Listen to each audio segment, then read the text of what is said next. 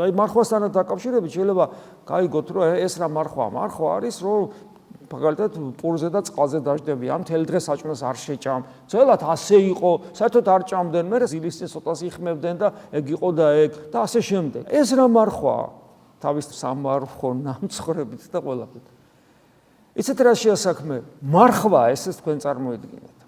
და როდესაც ადამიანი აკრიტიკებს იმგვარ მარხვას დღევანდელი ეკლესია რომ არხულობს ჩვენი სისუსტიდან გამომდინარე და თვითონ ამიტომ არ მარხულობს, იმიტომ რომ ეს მაინც მარხვა არ არის. ეს საერთოდ ცალკე პრობლემაა, იმიტომ რომ ვისაც გამოუცდია აი ესეთი მარხვას რო არ გავს მართლა, იმდენად სავსეა პროდუქტებით.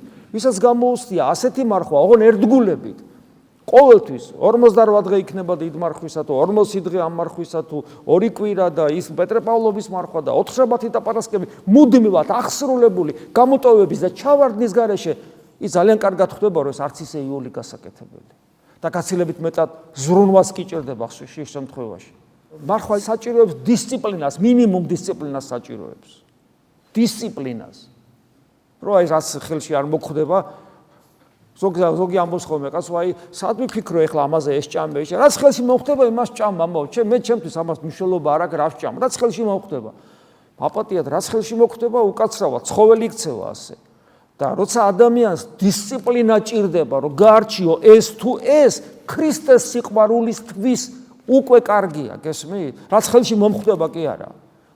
რაც მეკომფორტულება კი არა. არამედ რომ უნდა დავფიქრდე, რომ არა, ესა თუ ეს, კაცო.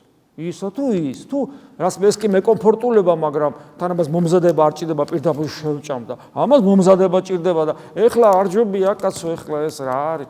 გესმით, როგორც კი ესე ბრძნობას იწყებს ადამიანი, უკვე პრობლემა გვაქვს, იმიტომ რომ ეს ადამიანი უკვე თავდაჯერებულია, ამაყია, ამპარტავანია.